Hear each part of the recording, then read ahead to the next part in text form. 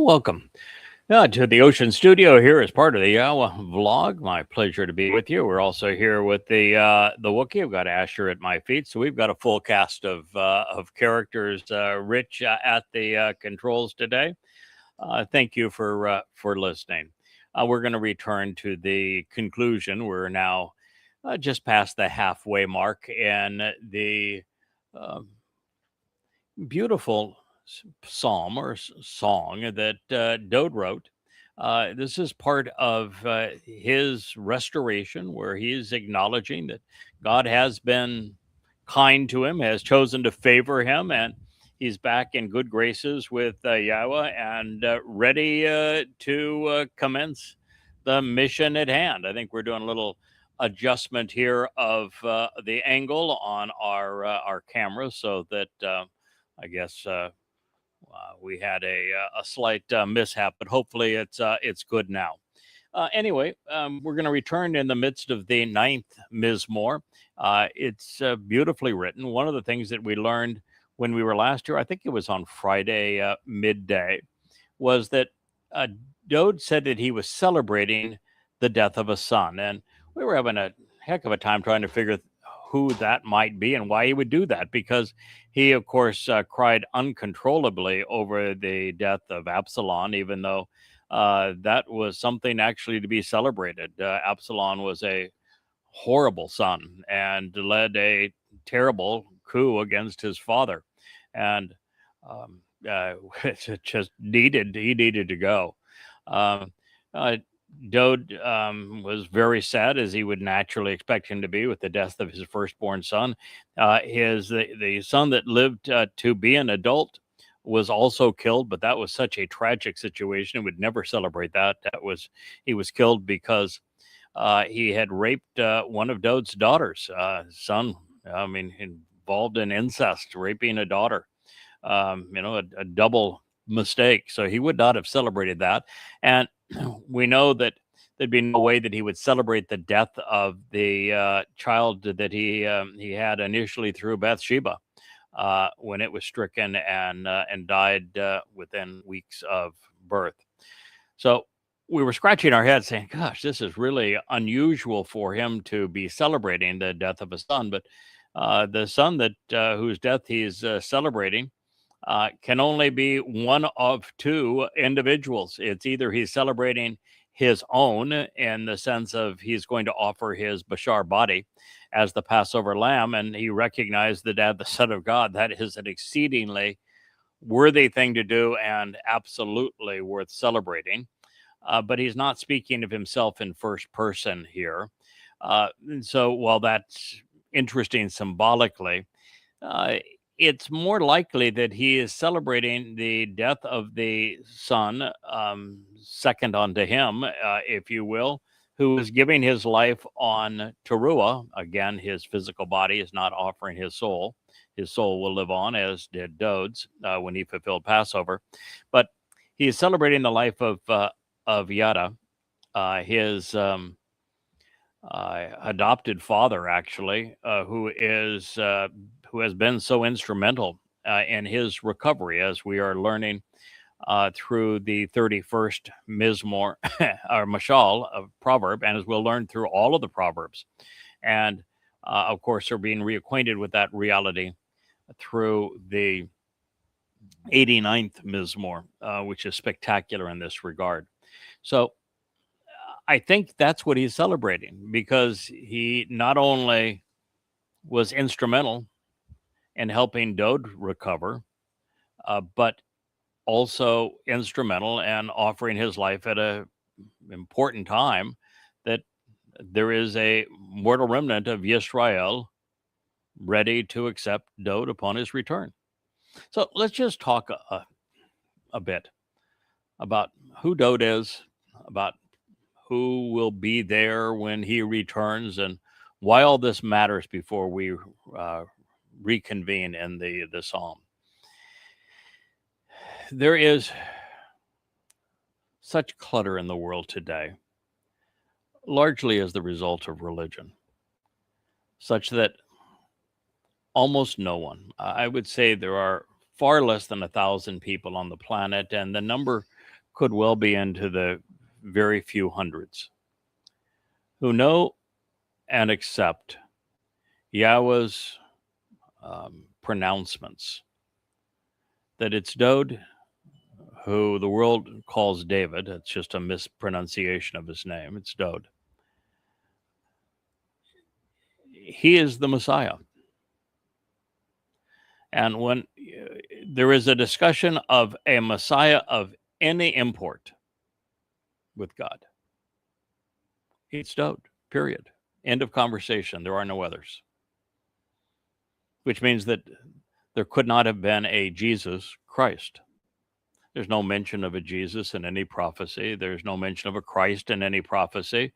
And the only prophecy that even suggests there will be a returning Messiah was spoken by Dode as Gabriel, and he was speaking of himself. And he was actually addressing the fulfillment of Chag Matzah. The day that he gave is the fulfillment of the 7 days of Chag Matzah in 33 CE or 4,000 Yah. That can't apply to this mythical Jesus Christ because he had nothing to do with Chag Matzah. Nothing.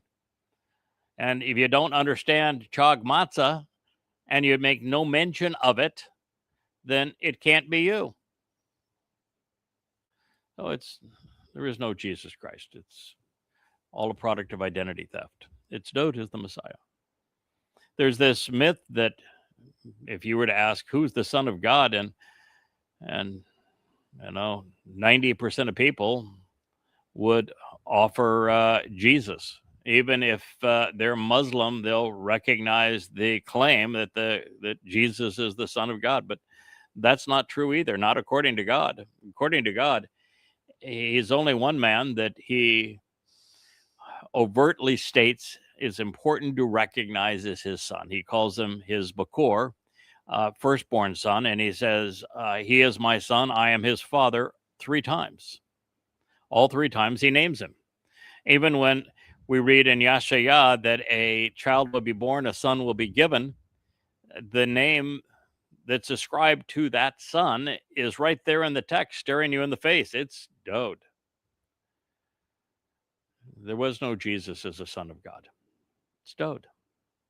According to God, he said it innumerable times. I mean, there's at least 4 that we've covered.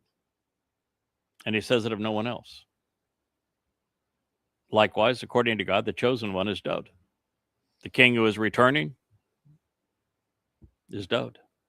The one who enabled the benefits of the covenant, therefore fulfilled Pesach, Matzah, and Bakodim, is Dode. The prophet is Dode. The one who is called Elyon, the total projection of the hand and influence of God in our world, Elyon, is Dode. The greater luminary of Genesis 4, the 4th day of creation in Genesis 1 is Dode. The tree of lives in the garden, Dode. The prophet who will be from among your people, who will be so extraordinary that you need to look forward to and appreciate, that is presented in Deuteronomy 18 of the Torah, Devarim, it's Dode. He's the one. It's just the way it is. To claim anything else is to call God a liar, something that he says emphatically in the 89th Psalm. So Dode is the former king of Israel. He's the Messiah. He's the Son of God. He's the prophet, great defender of his people. He's the chosen one, and he's the one in his second of 3 lives fulfilled. Passover, Matzah, and firstborn children, Bakodim. He wrote about his fulfillment of Passover, speaking of specifically how crucifixion kills. Medically, 3,000 years before we understood that, 600 years before crucifixion even existed, 500 years before there was even an inkling of Rome. It's in the 22nd Mizmor, again in the 88th Mizmor. You're welcome to read them. It should have been over right then. As soon as we found amongst the Dead Sea Scrolls evidence that this preceded the actual crucifixion that's recorded in 33 CE, the myth of Jesus should have been over. Dode wrote it in first person. And so really the greatest, most important discovery in human history pursuant to life, pursuant to who we are, why we're here, pursuant to a relationship with God, pursuant to everything that actually matters, is that Dode is the Messiah, the chosen one, the Son of God, our Savior, who fulfilled Pesach, Matzah, Bakurim in his second of three lives. And he's returning in 2033 on Yom Kippurim, which is October 2nd at sunset in Jerusalem, which is year 6,000 Yah, as King of forevermore and of everywhere. There is no greater discovery than that. And it's the one that we have made manifest to you and proven in the 35 books that I have written under the title Yada Yahweh. They're all available free for you to read at yadayah.com, but you better get at it because you don't have a lot of time left. And this next harvest is a mature grain, and you're not going to be mature unless you really devote yourself to it, and you start now. I ask nothing from you. There is nothing you can give me. I'm not interested in anything. We do not take donations. I'm not paid by anyone. I am just here to be of service to those who want to know who Yahweh is and how the covenant's benefits are brought to you by Dode David. So that's who he is. And that's the realization is then there was no Jesus. It's all a lie. And I proved that in the 5 volumes of the series called Twistianity. Nearly 4,000 pages of evidence presented against the Christian religion that prove emphatically that it's not true. And that Dode is the answer. All free again at yadayah.com. Now, who am I? God had a lot to say about the role I'm playing, whether or not you want to agree or not, whether it turns you off or builds your confidence is not up to me. That's up to you. But I can tell you God had a lot to say about the role I'm playing. I didn't choose it. I was chosen for it.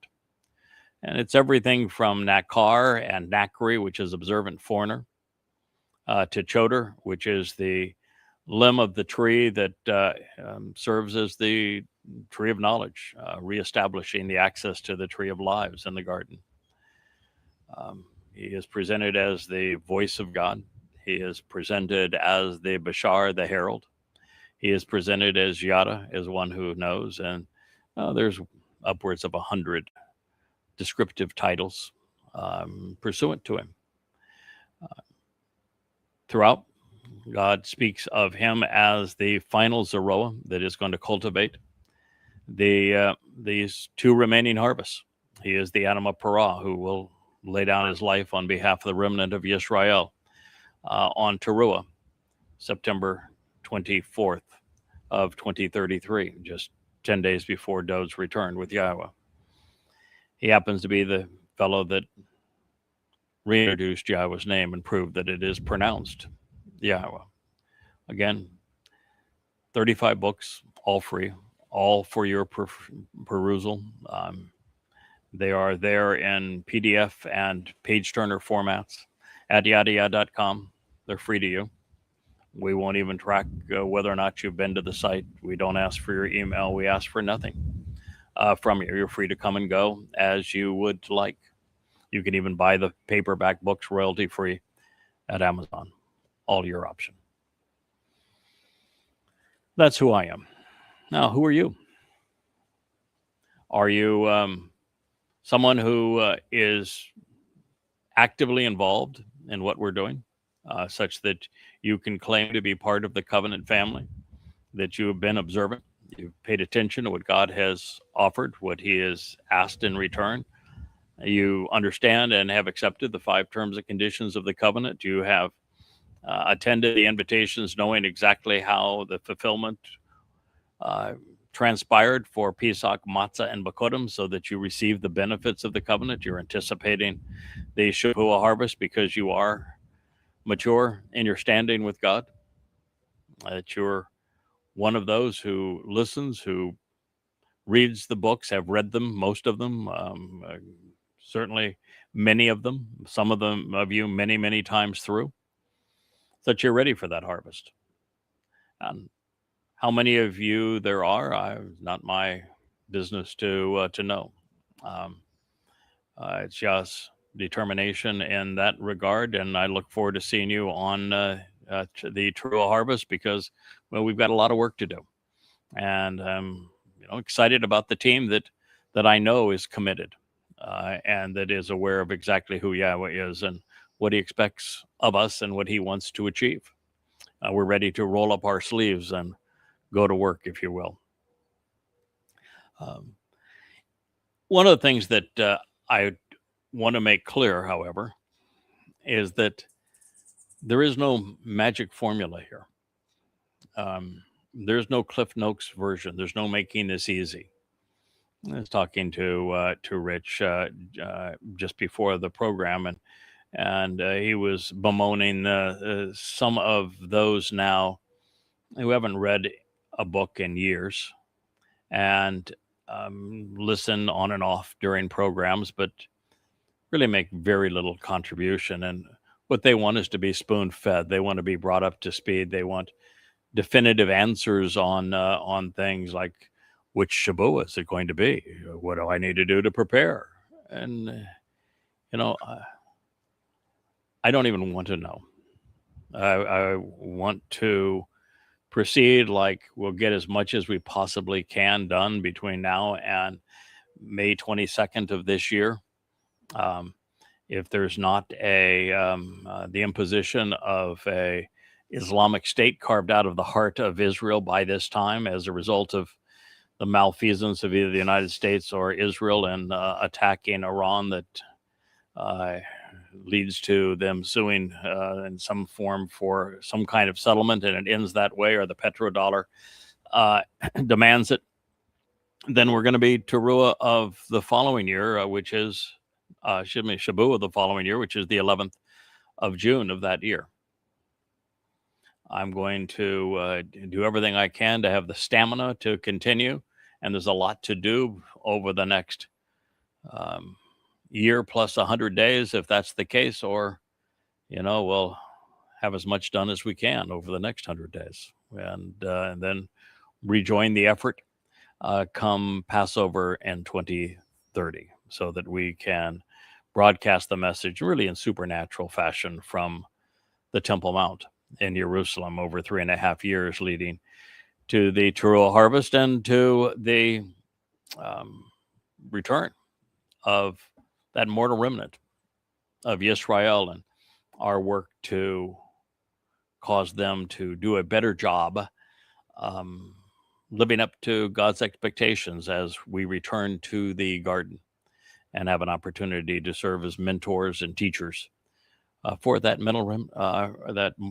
mortal remnant that enters the celebration of Sukkah after Dod returns as king. So that gives you kind of an idea as to where we are and the overall picture of things. We're going to do our best to keep you on track. I think my Wookiee wants to get down, so we'll accommodate him, even if he's stepped there a little bit on Asher on the way down, and then we're going to rejoin so that this is who we're talking about, and this is the event that he is speaking about. And as you can see, as we rejoin, I think this is the 13th statement of the 9th Mizmor. This is the last psalm that is presented in volume 1 of Coming Home, should you want to follow along. And it reads, "You have chosen to be generous to and to favor me." Chanan ane. This term is used a lot in association with the relationship between Yahweh and Dod. And God chose Dod. This is his guy, the one that he anointed as Messiah, the one he said, "I have chosen above all and beyond all others," the one that he claims is his son, the one he's going to bring back as king. This is a rather um, important designation, the one that Yahweh describes his generosity towards, his favoritism to. It's almost always the same fella, and it's David. Something to think about, particularly in a world that is obsessed with the myth of Jesus Christ, who is never mentioned. By choice, this is again presented in the imperative mode, written in second person, which expresses the will of the person being spoken to. By choice, you have seen my tremendous dedication to accomplishing the mission of being a witness and my frustration over the abuse that I've endured as a result of responding to and accomplishing the goal. Oh boy, isn't that ever true? It's One Ani. And One is from Ana. And as Ana, it has a light and dark side, which I've tried to incorporate in this translation. Ana primarily means to be responsive, to answer, to reply. These are very positive things. And on the negative side, it is to be afflicted, to be humiliated, to be injured in some way, to be abused.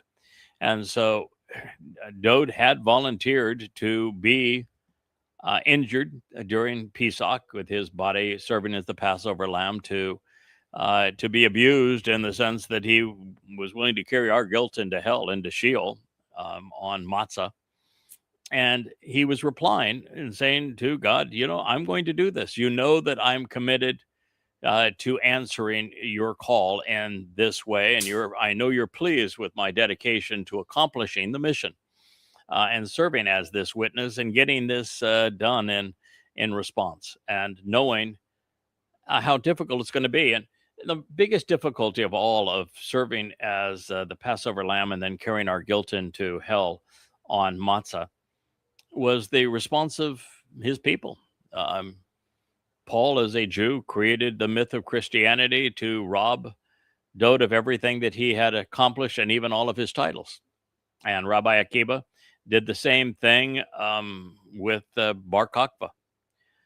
So now the most popular religion in the world is abusive towards what Dode accomplished. Matter of fact, the whole myth of Christ is anti-Christ. Jesus is not the Christ. If you want to pretend that Christ is a translation of Messiah, then the whole Jesus myth is exceedingly anti-Messiah, because the Messiah is Dode and Christianity exists to rob Dode of everything he is known by and has accomplished. So the religion itself is anti-Christ, should you want to believe that Christ is a substitute for Messiah. So this is I think it's a very profound thought. And it says that God is protecting Dode from those who dislike and shun him. And while there were those during his life, and he had to overcome a coup d'etat against him, and of course then there was for years Shaul, who opposed him, that during that time he had to overcome that. But the big crisis really for him was agreeing to fulfill Pesach, Matzah, and Bakurim, and then have most of the world turn against him. And it wasn't until just 10 years ago when I came to realize that Dode was the Messiah, Son of God, who fulfilled Pesach, Matzah, and Bakurim, and could reestablish his resume and his reputation, that everyone disliked him and shunned him for these reasons. And Dode brought this on himself to a very large extent. The Bathsheba episode and the subsequent killing of Uriah, the light of Yah, her Bathsheba's husband, and then Dode getting mad at Yahweh for leaving him as a result of this, putting him in a long time out and not even talking to him for the longest period of time, created the opportunity that Christians and rabbinic Judaism's proponents needed to replace him, so that there's a replacement Messiah coming for those practicing Judaism, not to Dowd returning. And so that there is a replacement Messiah in Christianity being Jesus. But the fact of the matter is, God never replaced Dowd. Dowd ultimately returned to Yahweh, and the relationship is as it is being explained here in this Mizmor. He says, so as to lift me up on high, honoring and exalting me. It's Dowd who is the one who is lifted on high. He is the one honored and exalted, which is the opposite of what Christianity claims, where they claim that he's in his grave, dead and buried and excluding from heaven. Therefore, the claim of Christianity is every promise that God made to Dowd applies to the myth of Jesus Christ. Well, if that's the case, then why didn't God say that all of these titles and accolades and prophecies apply to Jesus Christ instead of saying that they all apply to Dowd? Well, that's one of the flaws in Christianity, is it not? And it said, anyway, from the gates of death is how it ends. Mizmor song to be sung, 9:13. And that's where we ended our program. I think it was Friday afternoon.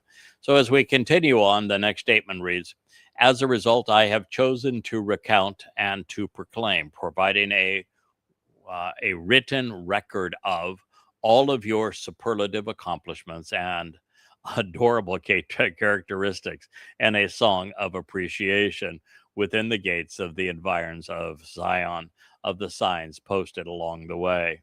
I will take great pleasure in rejoicing in and celebrating your liberation, deliverance, and salvation. Psalm 9:14. Well, once again, you can't be a thoughtful, rational, informed individual and apply this to a mythical Jesus Christ. Because guess what happened? Jesus never wrote anything down, did he? So the written record of someone choosing to speak of the greatness of Yahweh in this subject, which is him fulfilling the Moed Mikre for our benefit, and of Yahweh choosing to favor him and honor him in this way. The only written record of all of that was written by Dowd. Again, read any one of the first 35 Mizmor. They're all on this subject. Celebrate the 22nd, the 88th, and of course, the most spectacular of all is the 89th. And they all say that the person that God chose and that he worked with, his co-worker, the Messiah, the chosen one, the Son of God, who enabled the benefits of the covenant, and therefore fulfilled Pesach, Matzah, and Bikurim, is Dowd David. And he is the one who wrote so many of these Psalms, most all of them, proclaiming this, fulfilling this very prophecy. And no one else can make that claim, and it cannot be made of anyone else. And he's saying of your superlative accomplishments. In Christianity, they won't even say his name.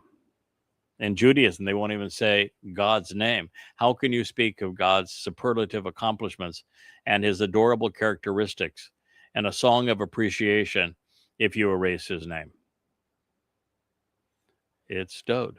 Again, this is within the doorway of the environs of Zion. And there is no understanding of what Zion represents in Christianity. It's a complete abomination the way it's presented in Judaism. Zion is described in the word itself. It means signs posted along the way. Zion itself is the ridge line of Mount Moriah as it comes from the Temple Mount down to the city of Dowd. And that is where Yahweh has posted for us to read symbolically these signs that are along the way from Dowd's home to the covenant home on top of the Temple Mount. And it's knowing them that you come to understand what Yahweh accomplished in this place with his beloved Son. So he goes and he says, I will take great pleasure in rejoicing in and celebrating your Yeshua, your liberation, your deliverance, your salvation. Um, it's from the verb yasha, and it is Yahweh in collaboration with Dode that provided our salvation. There is no salvation whatsoever under any circumstance for anyone at any time, anywhere, apart from what Yahweh and Dode accomplished in fulfilling Pesach, Matzah, and Bakurim in year 4000 Yah in 33 CE. Passover opens the door to life. So if you want to enjoy eternal life, you have to capitalize on Passover. Matzah removes our guilt so that we appear innocent before God, as Dode carried our guilt and deposited in Sheol on Matzah. And Bakurim is the recognition that as a result of Pesach and Matzah, we become the very children of God. It means firstborn children. This is God's means of liberation, of salvation.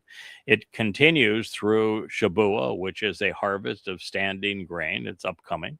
And then 7 years from there of the gleaning of Teruah and the sacrifice of the Adam of Parah to purge the mortal remnant of Yisrael who will have returned for the occasion into Jerusalem, so that they can witness and celebrate the king's return, Dode's return, with Yahweh on Kippurim.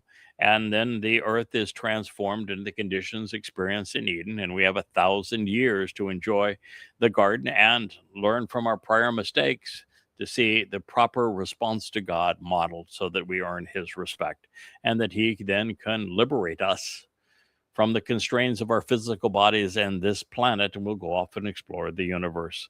This is what he is celebrating. So, guess who's coming back? Might it be the same guy who is neither dead nor buried? And sure seems as if he is going to get the last laugh. Is it not true? And it's Dode. So let it be known that many of Yahweh's greatest accomplishments were achieved with his beloved son, his chosen one, the king, the one who is returning, our Savior, Dode, by working alongside his beloved son. These, which are the most satisfying things that God has ever done, were accomplished. And just as Yahweh has lifted his son up and praise, extolling him above all others, Dode is returning the favor. They had a mutual love for one another, particularly upon Dode's return to Yahweh after the meltdown of the censure over Bathsheba. And this is something that I've mentioned so many programs, but I just want to reemphasize it. There is this religious perception of perfection that is hauntingly troubling. And there's this concept that, well, they had to have a perfect Adamah Parah to serve as the sacrifice of the red heifer. So let's go find one that's perfect. No such thing as a perfect bull or heifer. Or that the Passover lamb has to be perfect. So you think they were scrounging around Egypt to say, all right, who of you is perfect? Come here, bah, bah, calling all perfect sheep. No, there is no such thing. The word tamim that is rendered perfect in so many English Bibles doesn't mean that at all. It's based on tamam. It means to finish the job. It means to do what needs to be done to accomplish the mission. It is to fulfill the prophecy. Dode wasn't perfect, and God doesn't want him to be perfect, because if you were perfect, there'd be nothing to do. There'd be no place to go, explore, learn, benefit from. There would be no way for you to grow. You couldn't be anything more than you were born. No reason to learn, no reason to accomplish anything. Nothing. Be no interest, because everybody would be the same. Perfect is stupid. If you were perfect, you could never make a mistake and learn from it. You could never trip and fall and prove that you could get up. There'd be no character, no substance, no evidence you could ever be trusted. perfect is a waste of time. God is not interested in it. What he's interested in is finishing the job. Dowd agreed to finish the job. He fulfilled Pesach, Matzah, and Makudim. That's finishing the job. He's returning as king, taking responsibility for everybody going forward. That's finishing the job. So Dowd is the most ideal from that point of view because he's finishing. That's what God wants of us. That's what didn't happen in Eden. When Adam and Chava made a mistake, they continued to double down. They didn't ever take responsibility. They never improved. They never got back up and got going again. That's what Dowd did. That's what makes him the right person for this job.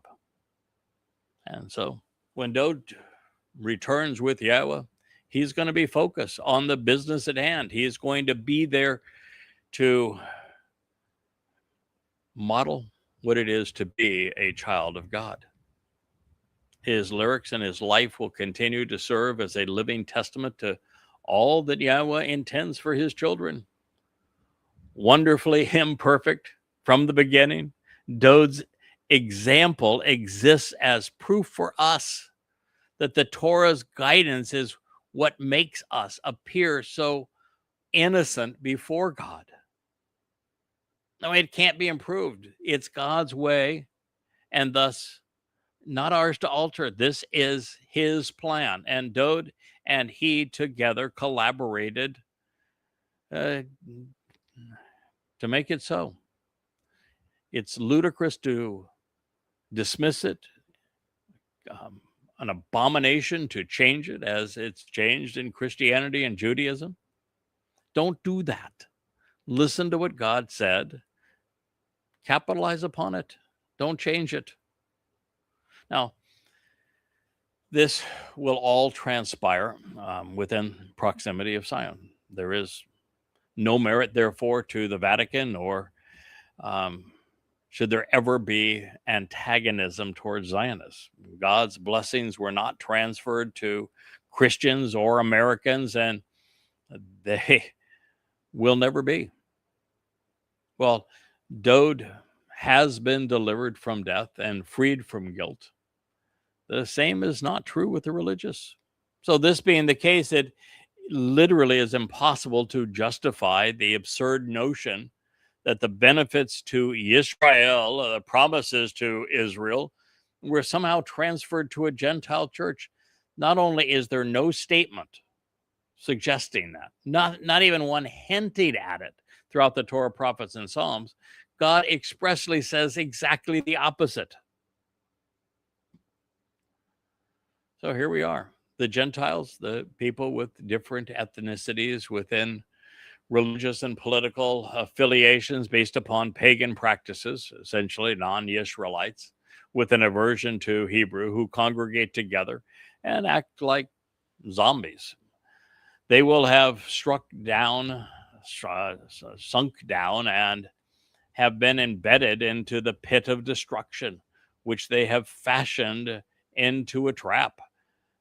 Doesn't much sound like we're passing on the promises that God made to Israel for them to inherit this world and the universe, everything that God has to give and all the benefits of the covenant, and that ultimately a remnant of Israel will be allowed back into the garden conditions as the earth is terraformed to that status. When everything points to a return of Israel, Dowd is inspired to write that the Goyim will have sunk down and embedded themselves into a pit of destruction. And it says that they fashioned it as their own trap to destroy themselves.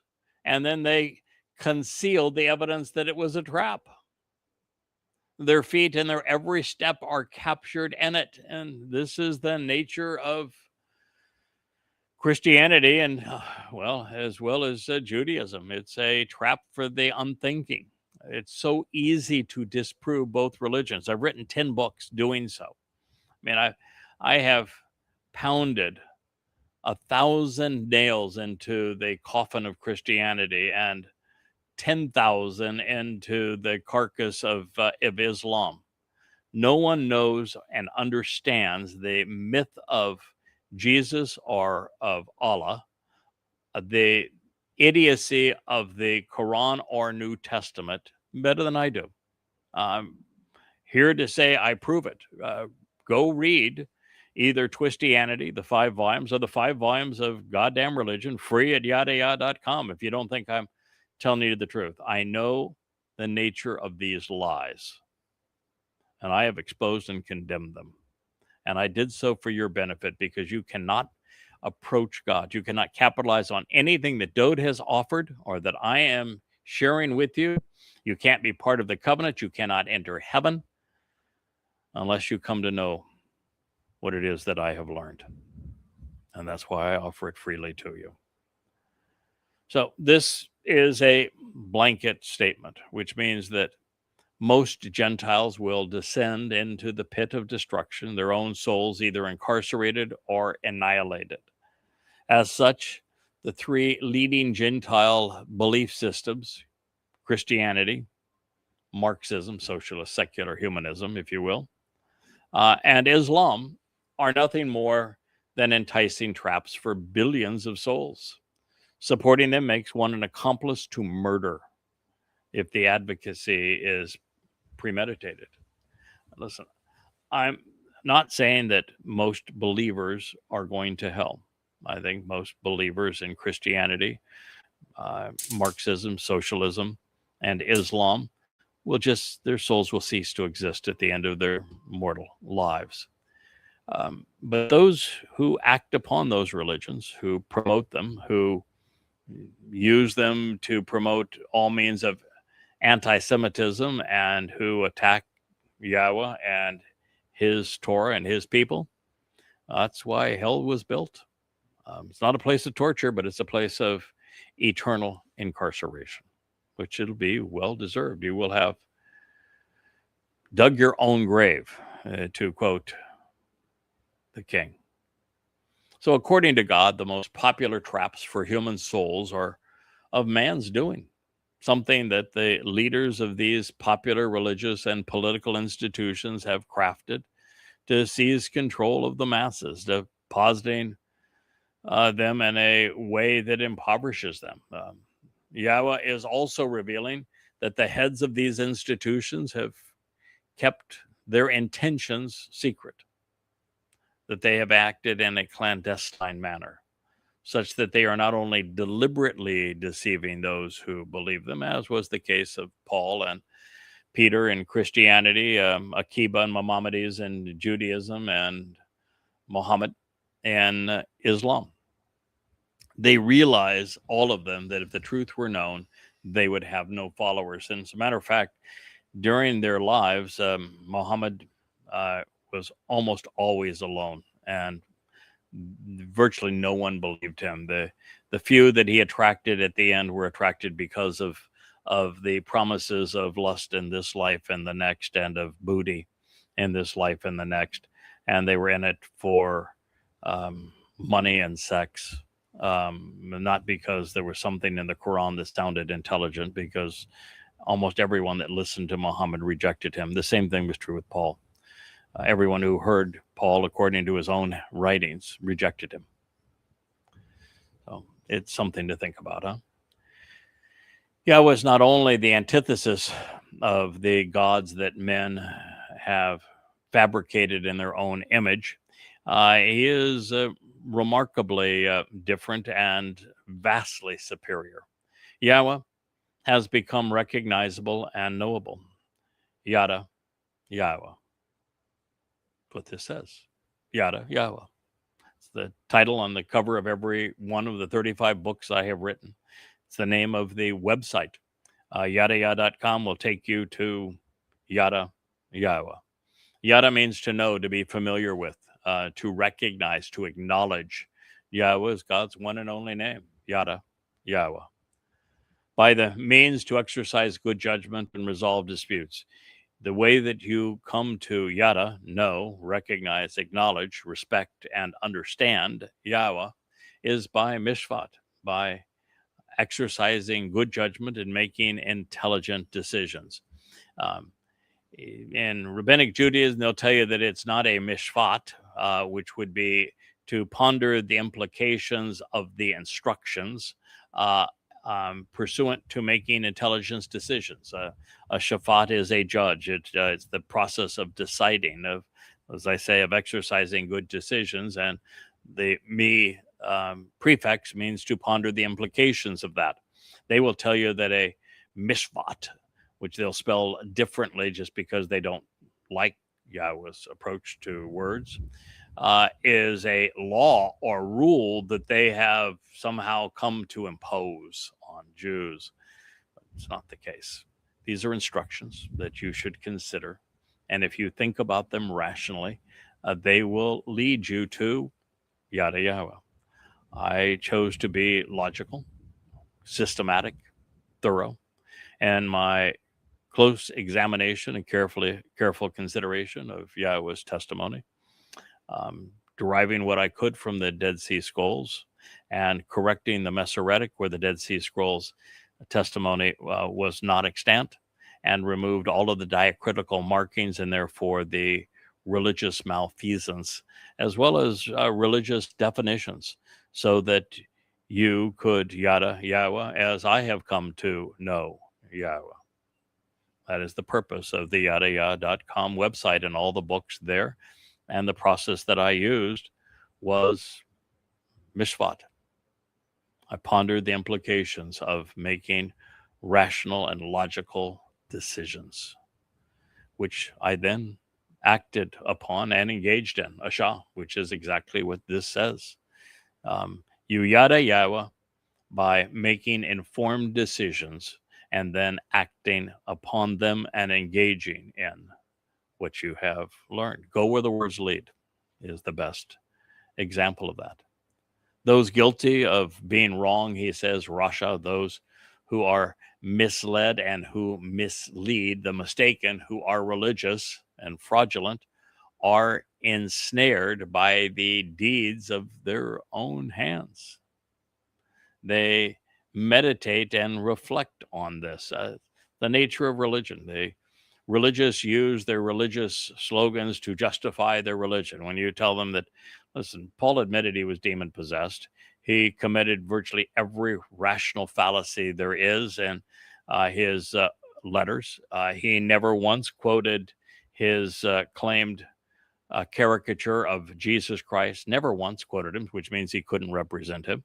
And every time that he tried to cite evidence from the Torah and prophets from Yahweh, he never mentioned Yahweh's name, never credited Yahweh with that resource, and never presented the quote accurately. Always pulled it from a broader statement, always twisted it, misrepresented it, misquoted God to give the opposite impression of what God actually said if you read it completely, correctly rendered and in context. And so they will take the words of Paul and use them to justify Paul's lies. It just, you want to shake your head and say, how in the world is it that so many people can be so foolish and throw away their own souls? So since God can be known, there is no reason for faith. Since the means to understand him is through exercising good judgment, believing is superfluous.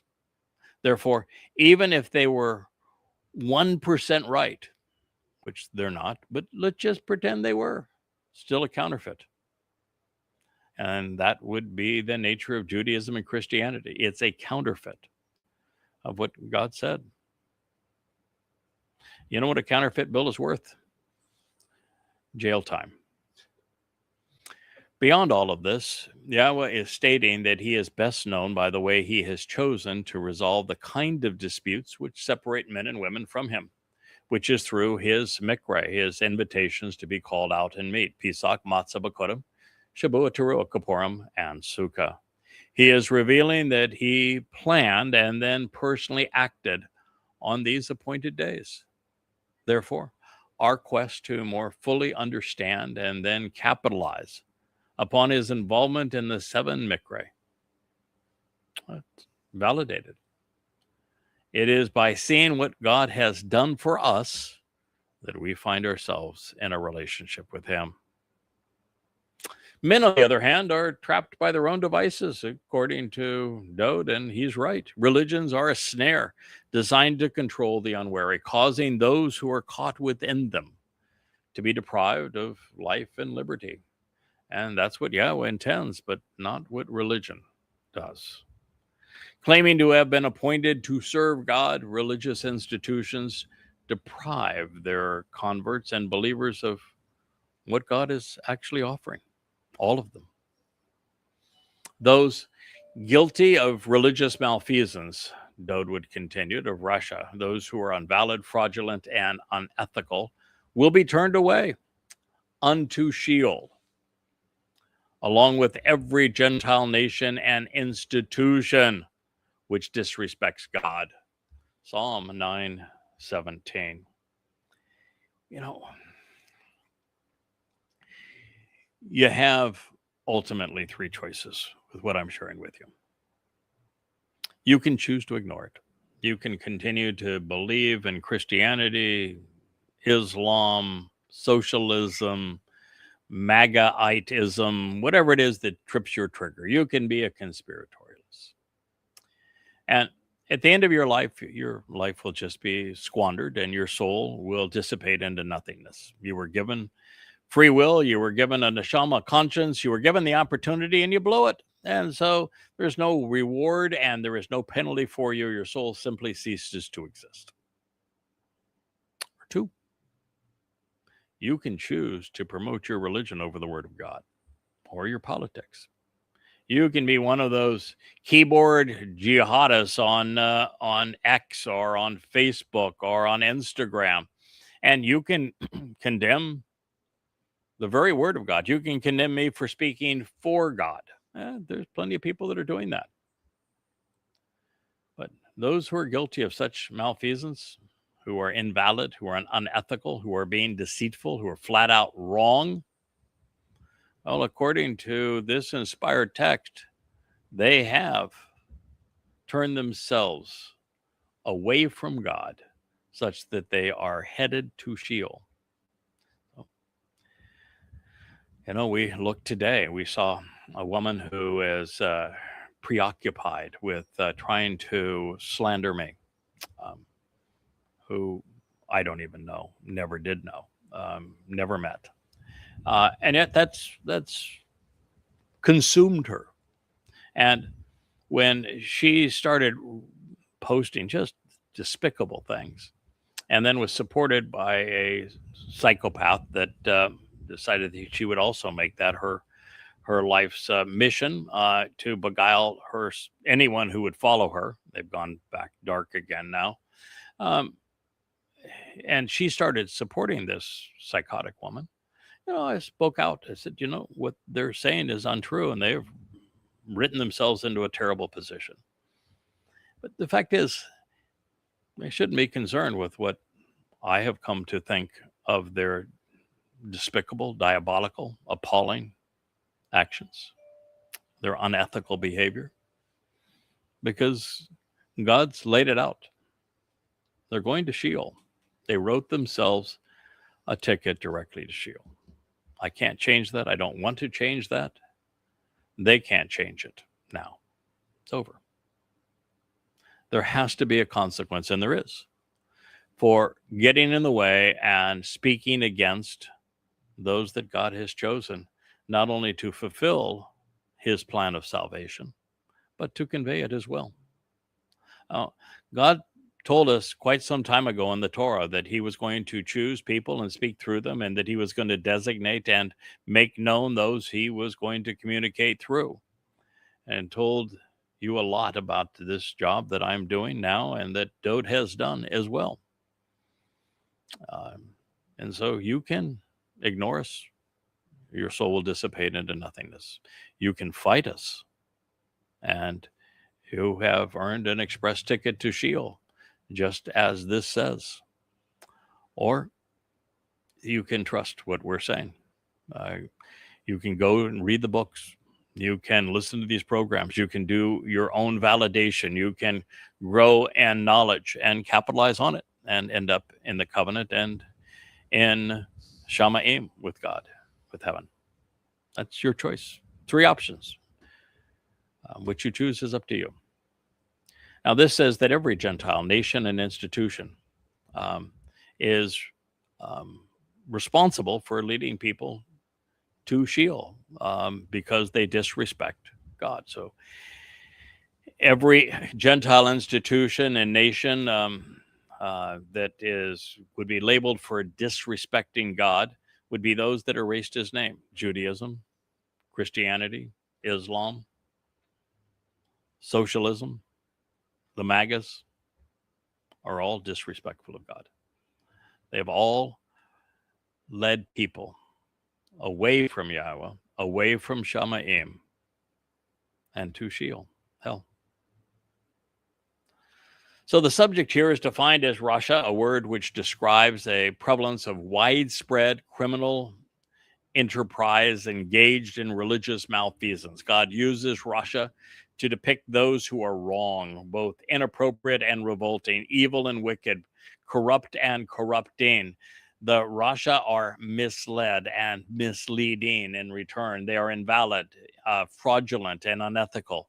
They lead others astray and do so knowingly. To be Rasha is to be deceitful, corrupt, and ungodly. It depicts those who lack ethics and who are culpable of crimes against humanity, and particularly against Israel and the Jewish people.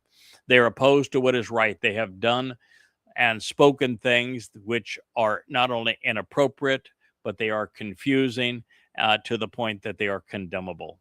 Rasha has a face. Shaul is evidence of this. He is Paul, Muhammad, Allah, Jesus. Gentiles have a cause, disrespecting God, and a consequence, being dispatched to Sheol. This derogatory term is attributed to non-Yisraelite nations and institutions. Nations like America, institutions like the Roman Catholic Church, they are taking so many souls to Sheol because too many people act out in favor of them, supporting them. To support Donald Trump, for example, who is obviously demonically compromised. He is the corporeal manifestation of Satan. He is the great betrayer that the prophet spoke. To support him is to earn a ticket to Sheol. I'm sorry, but that's just the way it is. They have become errant and malicious with regard to God and his people, and so contemptible in their disrespect of Yahweh and Yisrael and Yehudim and the Torah and the Bereth and the Masiach, the Ben Elohim. They're promoting this myth of a man becoming God. God's not a man. They're pretending that the death of their God had some impact on life. God can't be killed. What in the world is wrong with people? There was no Jesus living in the 1st century in the province of Yehuda. It's such an obvious fraud, and yet they promote it. I mean, there is no dumber book ever written than the Quran, and yet there are people who go off and kill for it. Why? Why are people this insane? God's not going to allow such people into heaven. He can't stand them here on earth. And for those who have acted out against his people because of these religions, look what Christianity did. It created the culture for the Holocaust. It is the reason for the shadows and the dehumanizing of Jews. It's the reason that anti-Semitism exists today. God's not going to look the other way. Their premeditated promotion of false gods has the real God condemning them. Yahweh's disdain for Gentile nations and institutions, swayed by Shaul Paul's toxic diatribes in the Christian New Testament, and his poisonous scribbles, as well as the non-Yisraelite individuals who are Rasha wrong, is not only the driving force behind this Mizmor, this psalm, which Dode is trying to get your attention and saying, don't be part of those things. This is the consequence. Leave them so that you're not dragged into hell with them. So consider this a prophetic warning against the stupidity of replacement theology that is the foundation of Christianity, and especially the religious and political manifestation of Babylon, which is the Roman Catholic Church religiously and politically, the United States. Well, the operative verb in this statement, it was shub, which means to turn, and thus describes having one's course changed, either altered or swayed by compulsion or choice. And in this case, it is by Shaul, Paul, and to Sheol, hell. That's a dire warning for Gentiles, their nations, and their institutions, regardless of whether you render Shaul as the person Yahweh called the plague of death, Paul, and the father of lies, and or Sheol, which is the place of eternal separation known as hell. Gentiles are influenced by one and headed to the other. Their rendezvous with God in judgment is going to be brief and highly unpleasant. So whether it's Paul's New Testament, Akiba's Talmud, Muhammad's Quran, or liberal man's progressive agenda, the result has been that the overwhelming preponderance of the world's population has become oblivious to Yahweh's name, his nature, his testimony, his family, his people, his plan, and those he has chosen to work with him. Humankind has been allowed to exercise free will, and in so doing has made a mess of things, and it's going to get progressively worse over these next 7 years. Now, this is not intended to be a referendum on individual souls, but instead on human institutions, nations, and empires. Well, people are both good and bad, right and wrong. As a larger group, the larger the institution, the bigger the gang, the worse humanity becomes. So by contrast, the plight of those willing to receive deliverance, who consent to and accept the offer of assistance, will not be forgotten. For this exception on behalf of those who are responsive, it will not be forestalled, it will not be squandered forever. So that was 9:18. The difference between the experience in Sheol versus Shamayim is as vast as 7 dimensions are from 1. Sheol is 1-dimensional. Shamayim is 7. As extreme as volition is to incarceration. As vast as the ultimately expansive and liberating is from the infinitesimally small and confining. And yet, one word may be all which separates them. Ana, responsiveness. That's why I have this job. Long ago, and often throughout time, I've been responsive. I've been willing to reply when God has asked. Doesn't need a lot from us, does he? We have been invited to attend the Moed Mikre, and our reply leads to our participation and to the benefits of the Bereth covenant.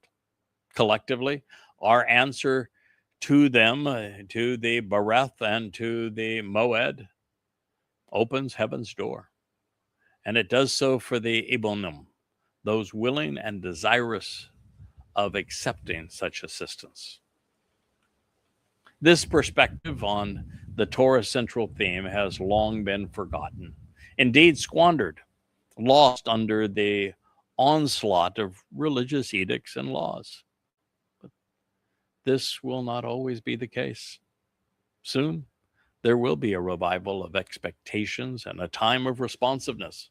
Father and son are reuniting on a date that is certain, and they will be offering reconciliation to those who are willing to accept their offer.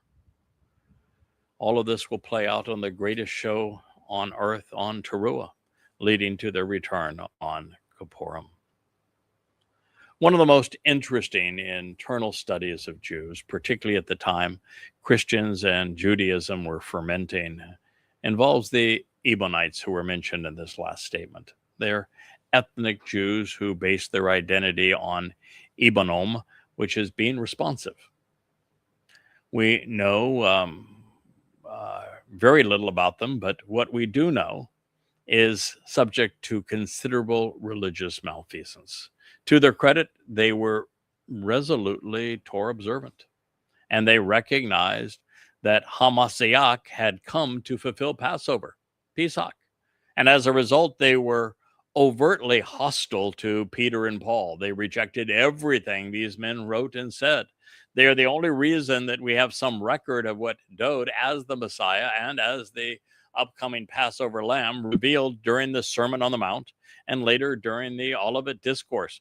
Two speeches that happen to be the longest in the New Testament, and they're both overtly condemning of the religion of Christianity. But they made it in because, well, Matthew is a study in plagiarism. He plagiarized from three sources, from Mark, from Luke, which 70% of the book came, and the remaining 25 to 30% came from the Ebonim, who gave him the Olivet Discourse and the Sermon on the Mount, both delivered by Dowd, retained by the Ebionites.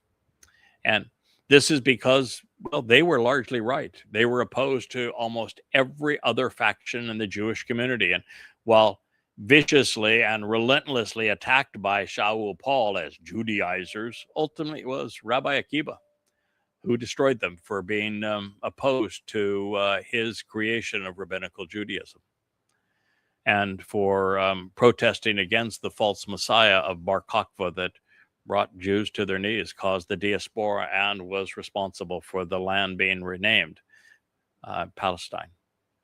So Yahweh is not forgetting his chosen people, reminding Yehudim that he still cares about them and that he is committed to liberating them from ongoing abuse that men have heaped upon them, particularly Christians, and under the practice of Judaism as well. That's the thrust behind this prophecy. Without exception, we can confidently expect everything Yahweh has promised to be fulfilled. And this remains especially true for the Israelites because they have been the recipients of Yah's promises. But please note the caveat. This positive outcome is directed towards the Ebinon. It's Ebion, all things pursuant to the Eb and the hand of God. Those who seek liberation and yearn for a better life, who are open and willing to accept what God is offering. So this is one of the many places where the actionable root speaks as loudly as the noun derived from it. Ebion is from Abba, which is to earnestly desire acceptance. God's offer is open to everyone, but only those who accept will benefit. So this reads, your desire is to arise, to take a stand, and to encourage Yahweh. Do not allow mortal man to prevail by becoming controlling, oppressive, and overbearing. The Gentile institutions must be judged upon your appearance. Psalm 9:19. So the religious and political ways of man are indelibly intertwined, according to this inspired text, and they're debilitating. This must end for heaven on earth to begin. So recognize that the one making this request of Yahweh is Dowd, our Messiah and King. And as such, Father and Son are not coming back to redeem mankind, but instead to thwart the human religious and political schemes of mankind before they destroy the planet. So this statement pits the family of man against the covenant and Dowd, against his people, Yehudim, and against the family of God, Yisrael. and the bereth. Now, that's profoundly important. So this statement also provides a refutation of the counterproductive notion found in today's Christian New Testament. Oh, judge not, lest you be judged. Since God is taking a stand against the schemes of mortal men, since he is judging the Gentiles, we would be right to do the same. It is only by exercising good judgment and by being discerning. This was when Mai and Shaphat, Mishpat was combined, and I shared with you that it's from Mai, which means to ponder the implications of, and Shaphat, to judge. God's encouraging that in us. It is what leads us to Yada Yahweh. So Gentiles estranged from Yahweh and opposed to Israel will not endure God's return.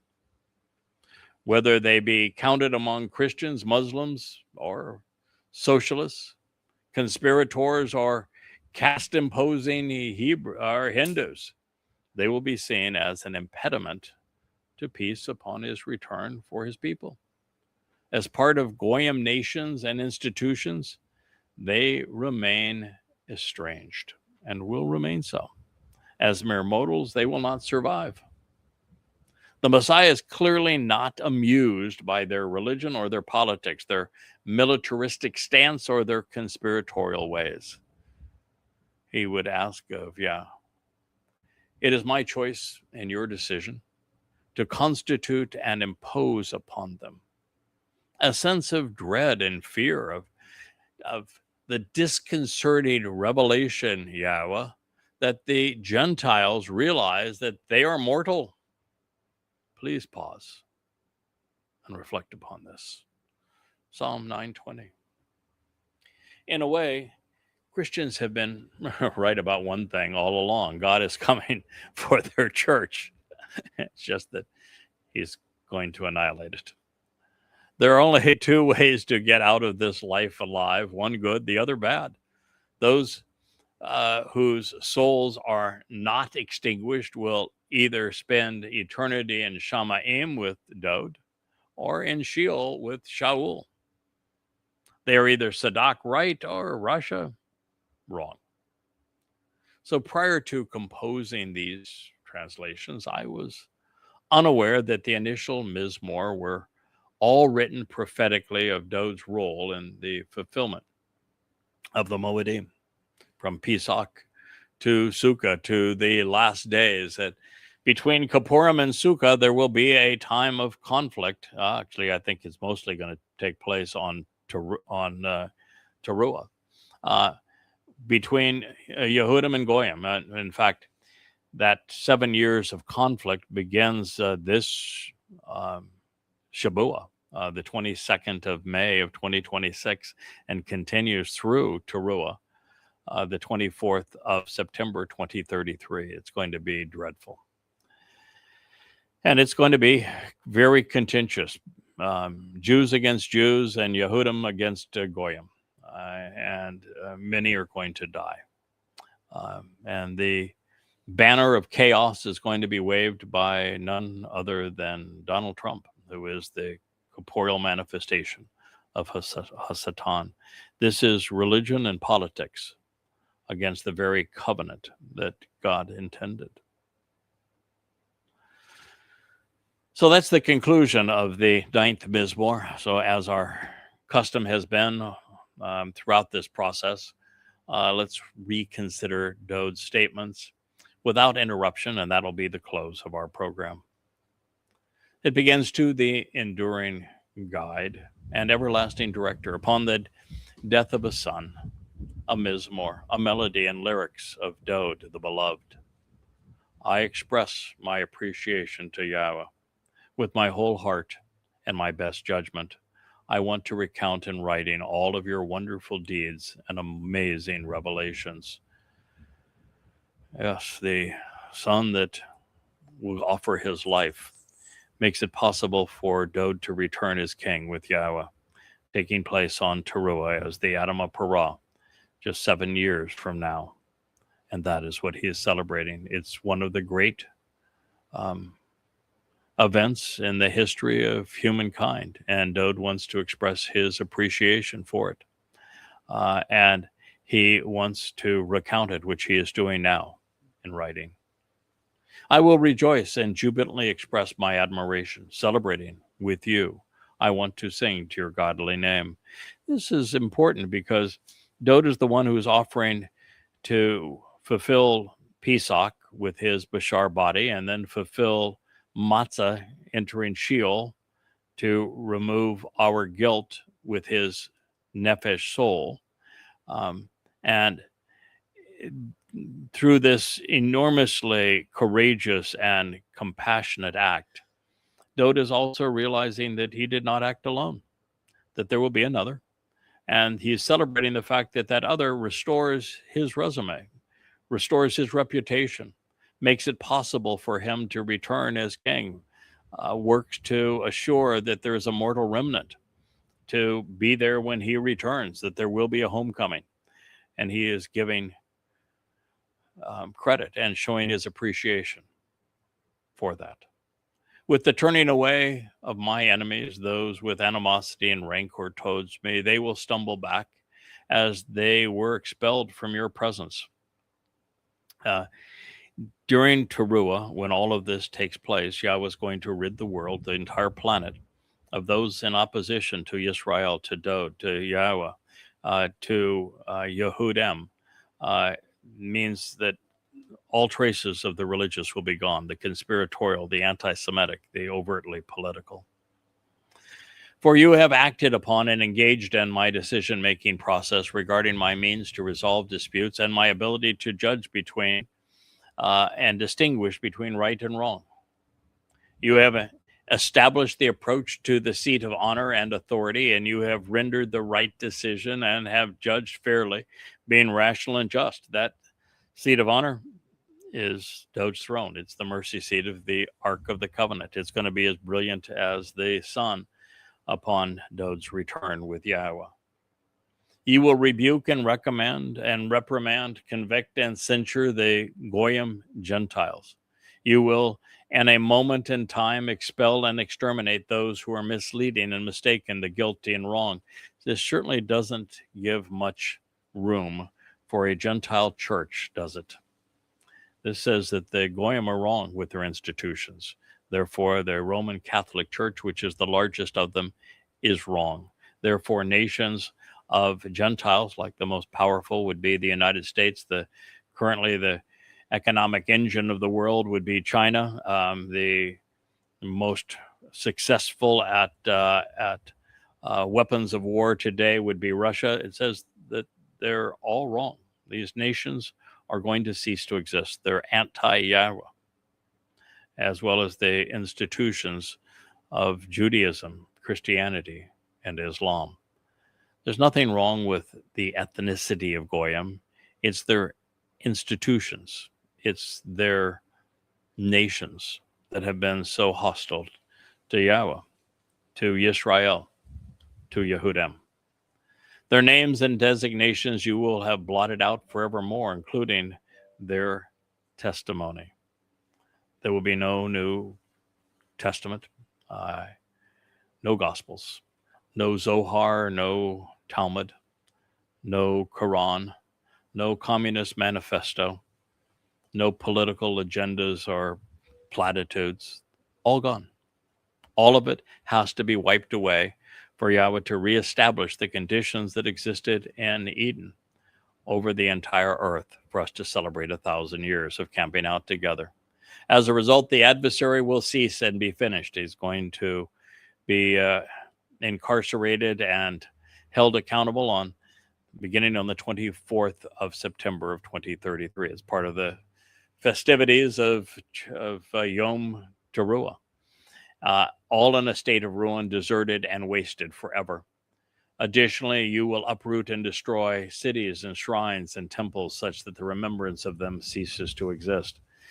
For God to usher in the conditions that were experienced in the garden, transforming the whole world to that kind of a pristine opportunity, all traces of religion, politics, militarism, conspiracy, and anti-Semitism must go.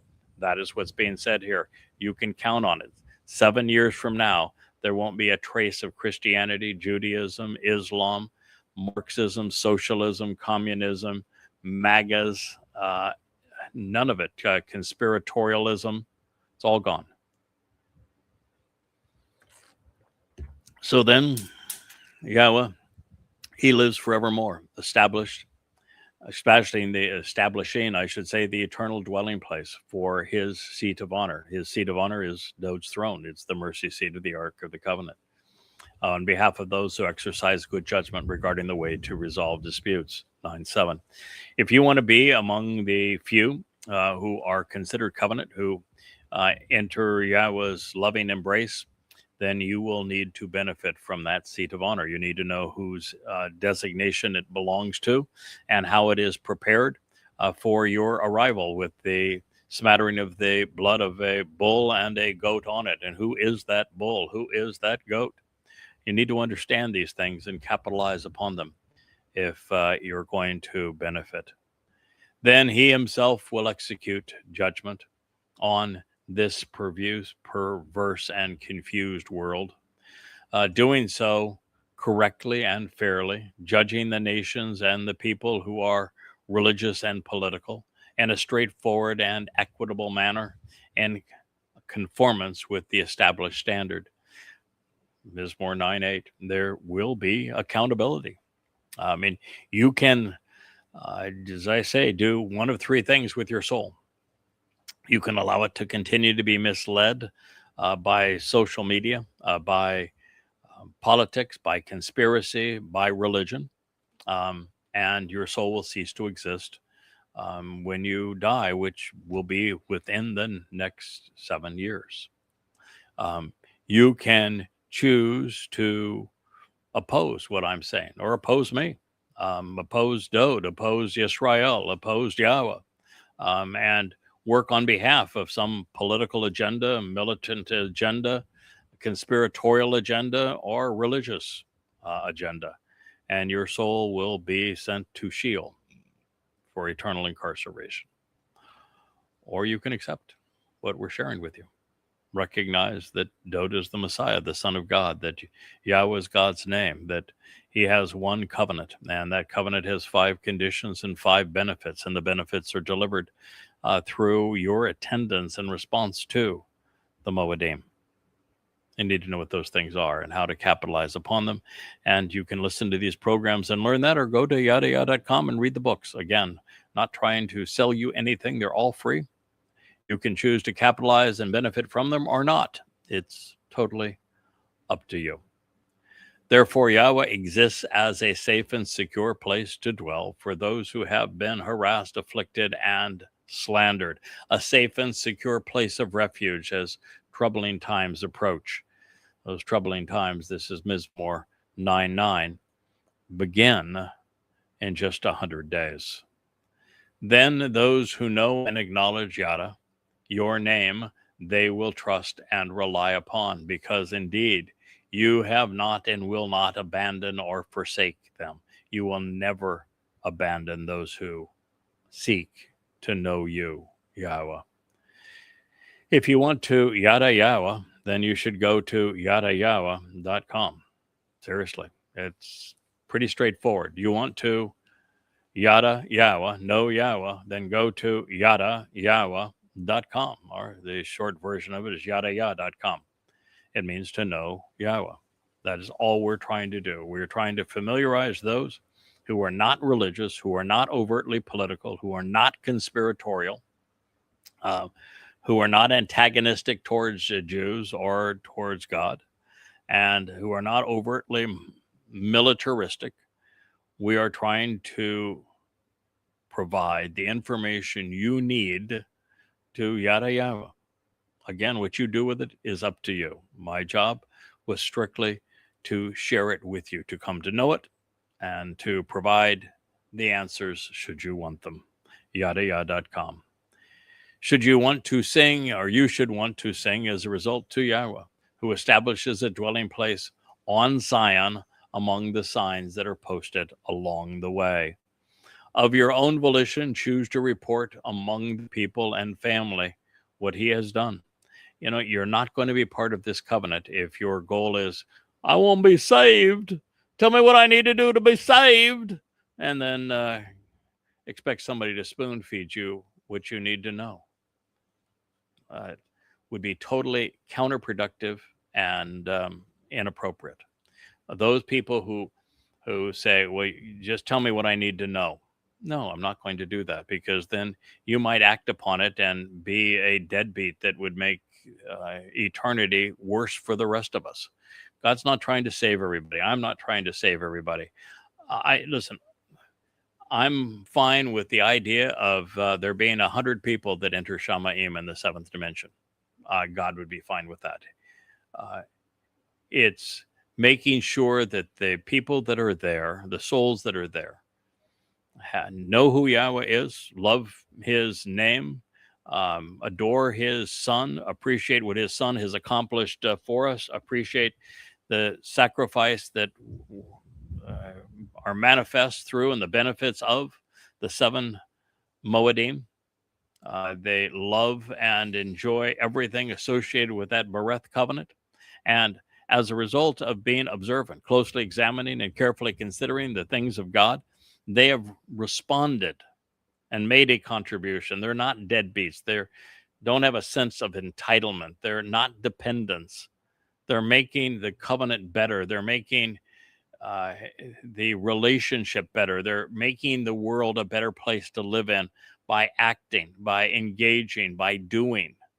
And when they make a mistake, when they trip and fall, they get back up, they correct what they have said that is wrong, and they learn from it and go forward. You need to engage. You need to be among those getting it done. Indeed, he who accounts for blood is mindful of them. He will not overlook or forget these cries of distress, these screams of pain of the miserably afflicted. God can't be just if he just forgives. This idea that he will forgive everybody, that he wants to be forgiven, it's just nonsense. He doesn't. And it makes it clear. This is Psalm 9:12. If you've been associated with promoting Islam that has been so lethal to Jews and has killed 200 million people, and you claim that is something good that you're promoting, and you're in trouble. If you are an advocate for Christianity and all it's done to demonize and dehumanize Jews and lead to the deaths of Jews in the pogroms and in the Holocaust, then you're in trouble with God. If you're conspiratorial and are abusing God's people, trying to blame them for all manner of things, then you're in serious trouble with God. You need to get your act together. I'm not inviting you to heaven. I don't want you to read these books. I don't want you to learn from them. But I'm advising you to stop doing what you're doing, because rather than your soul simply ceasing to exist, it's going to spend all eternity in Sheol. Your choice. So you have chosen to be generous and to favor me, Dowd says to Yahweh. Yahweh, by choice, you have seen my tremendous dedication to accomplishing the mission and being a witness, and my frustration over the abuse that I've endured as a result of responding and accomplishing the goal from those who dislike and who shun me, as those who will also be those who lift me up and honor me from the gates of death. You are going to be on one side or the other of the door that Dowd has provided the means to open. He fulfilled Passover, which is the doorway to life.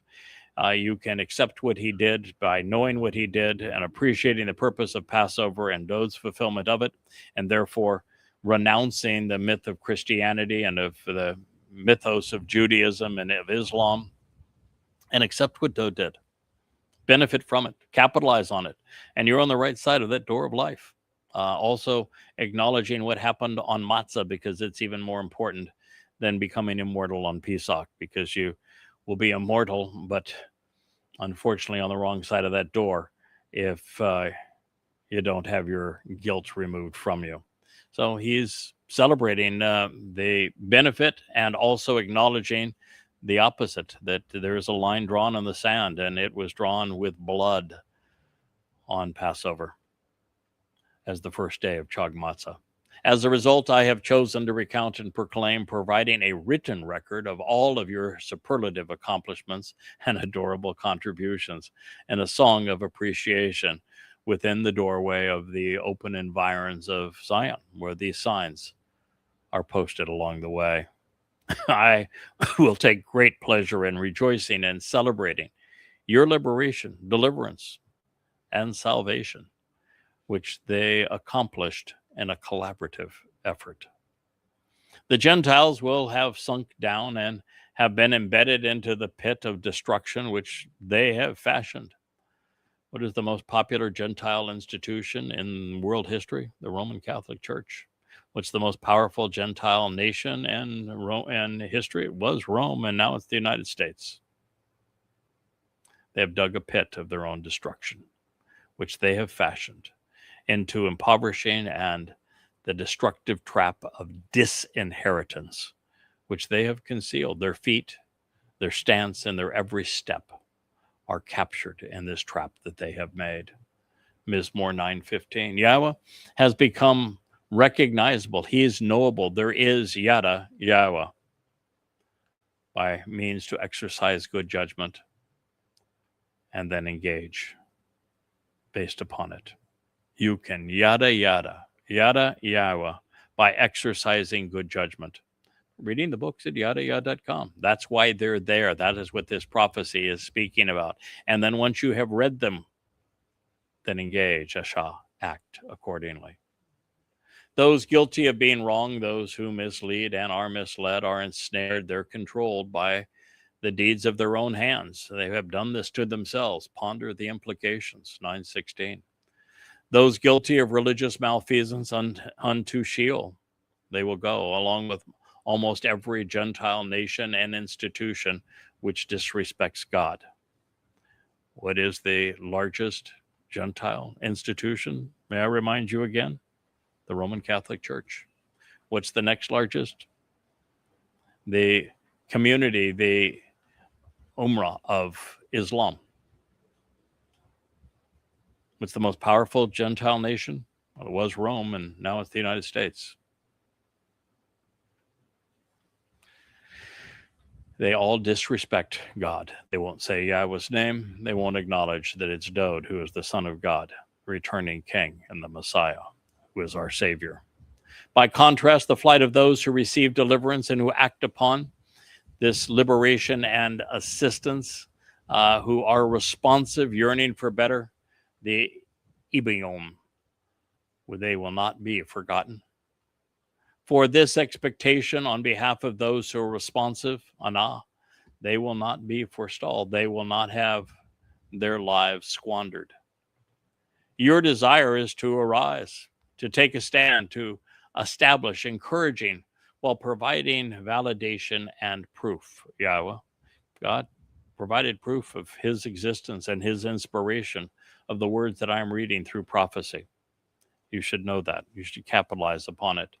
Do not allow mortal man to prevail by being controlling. That would be oppressive and religious. The ways that mortal man prevails through religion and prevails by being controlling and oppressive and overbearing is through religion and politics. Those are the two schemes of man in this regard. Gentile institutions, therefore, they're controlling schemes, they're oppressive schemes. Religion and politics must be judged. They must be condemned, and they will so by your appearance. You and I are in agreement in this, that it is best if you constitute and impose upon them a sense of dread and fear. You should. If you are religious, it doesn't matter if it's the caste system of the Hindu religion or the controlling nature of communism and socialism, or if it is the perverse nature and the controls that are imposed by Judaism, or this hellish abortion that is Christianity, or the satanic nature of Islam.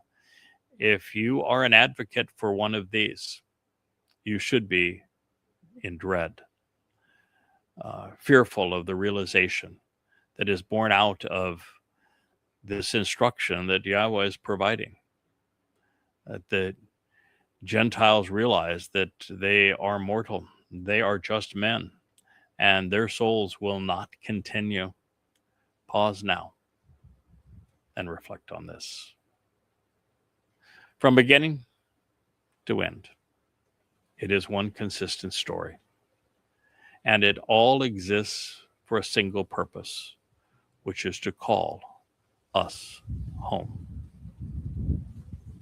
I thank you for listening. I'm sorry we went a little longer than anticipated, but I knew we were near the end and wanted to conclude the 9th Mizmor because it's actually the conclusion of Volume 1 of Coming Home. I look forward to commencing our review of Volume 2 of Coming Home as we continue this series. And for those that are interested, I'm spending most of my time, less time now on social media and more time translating and writing to stay ahead of where we are in our series on the final word picture that is now deep into the analysis of who wrote the 89th Mizmor, when it was actually delivered, what it accomplished, and what it means to our lives today. It's the greatest song ever written, and I want to share more of that with you as we continue. So I'm spending much of my time working on that so we can make it part of the Yahweh vlog. Thank you for listening. Good day.